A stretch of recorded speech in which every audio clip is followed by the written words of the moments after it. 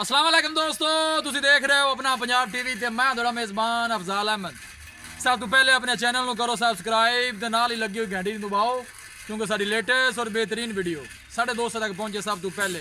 लो जी दोस्तों, अज अपना पंजाब टीवी ते एक बैट सेल की है। साढ़े बहुत ही अच्छे सबसक्राइबर ने अब्बास भाई लाहौर तो जनाब, उन्होंने साढ़े को वैड खरीदी है। वैड की जनाब लदाई कराने लगे हैं। अल्लाह ताला जनाब वैड उन्होंने नसीबा च करे तो अल्लाह ताला जनाब इन्होंने खैर सलामती पहुँचावे।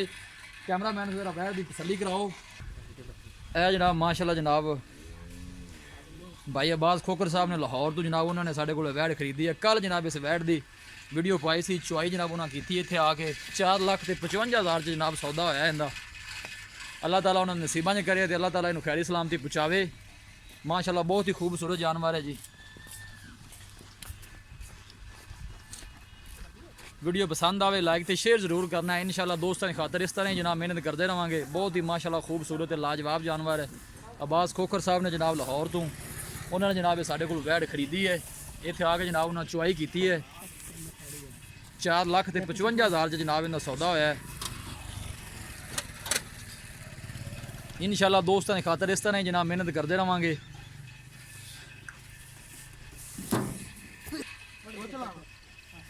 ध्यान नाल माशाल्लाह जनाब लदाई करा दी है। शादी जनाब वैड सुई है, तरपाश तरपाश पवा दी है।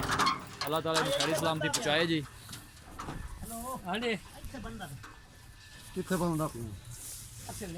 माशाल्लाह बहुत ही खूबसूरत जानवर है।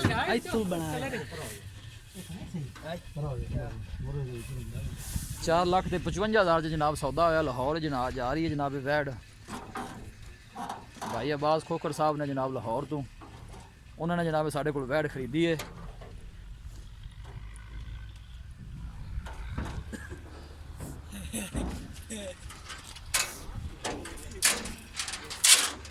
जनाब तरपाल उत्ते बुआ दी है।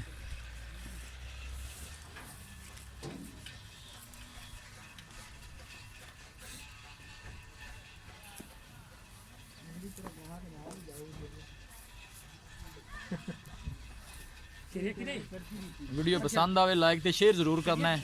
वीरां की रिक्वेस्ट है सारे चैनल को जरूर सबसक्राइब करना है। अला नस्ल ज़ात वाले जानवर मिलते हैं जनाब अपना पंजाब टीवी पे। पूरी तसली ना जरा बन लो तरपाल जी। ताजी जनाब सुई ना वैड हवा ना लगे।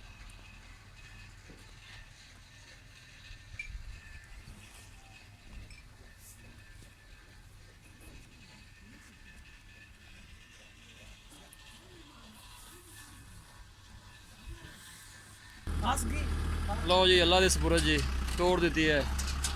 वीडियो पसंद आवे लाइक तो शेयर जरूर करना है। मिलांगे एक अच्छी और लाजवाब वीडियो के नाल। अपने मेज़बान अफजाल अहमद दो इजाज़त। अल्लाह निगहबान।